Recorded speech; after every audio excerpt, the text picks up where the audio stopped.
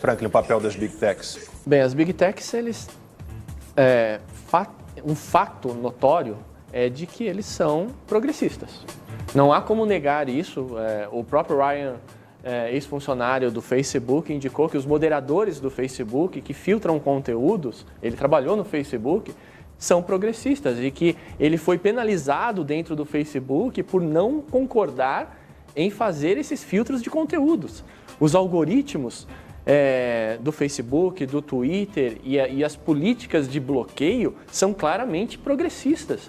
E mais grave do que isso, vimos isso nas eleições americanas, os twitters e os posts do presidente Donald Trump, embaixo ia assim, essa informação, Joe Biden, potencial eleito, embaixo do Twitter de Donald Trump. Então me responde como isso não é um viés ideológico dentro das fintechs.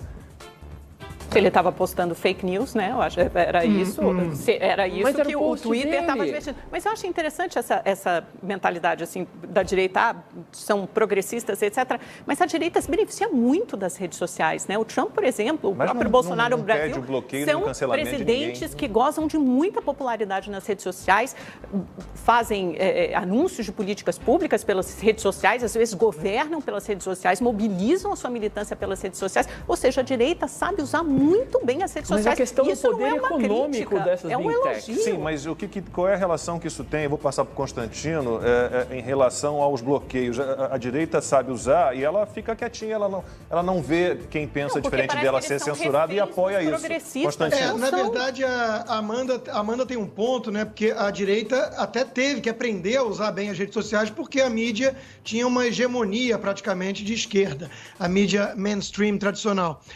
E ela aprendeu muito bem a usar as redes sociais. E é exatamente disso que se trata. Há, portanto, uma reação. Vamos lembrar que os democratas e a esquerda progressista, eles culparam as redes sociais pela derrota em 2016, né? E aí houve muita pressão para que houvesse uma reação, para que esse erro, entre aspas, não acontecesse mais. Então é exatamente disso que se trata. Nesses últimos 4 anos, houve uma mudança total e um filtro, uma censura mesmo, né, de muito conteúdo mais conservador. Isso é evidente, isso não dá para negar, né?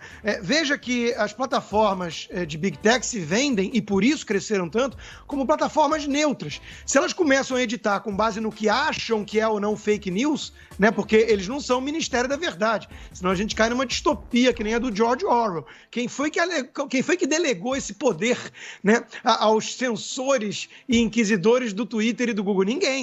Então eles não são capazes de dizer o que é fake news ou não. Isso não está, inclusive, tipificado em Código Penal, em nada parecido, né? A gente vai cair até naquela questão do inquérito lá ilegal do próprio Supremo.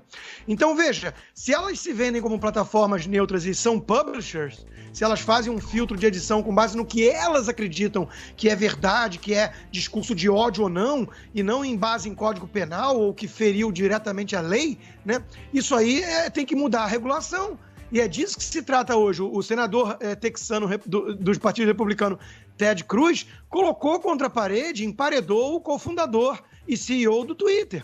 Ele perguntou: quem foi que te disse e quem foi que te autorizou a ter argumento de autoridade, você não é um especialista em nada, para dizer o que é ou não discussão sobre fraude eleitoral? E ele realmente ficou vendido ali, né? Visivelmente entregue ao que ele estava fazendo, uma manipulação com base numa ideologia, num filtro político partidário. Isso não é adequado.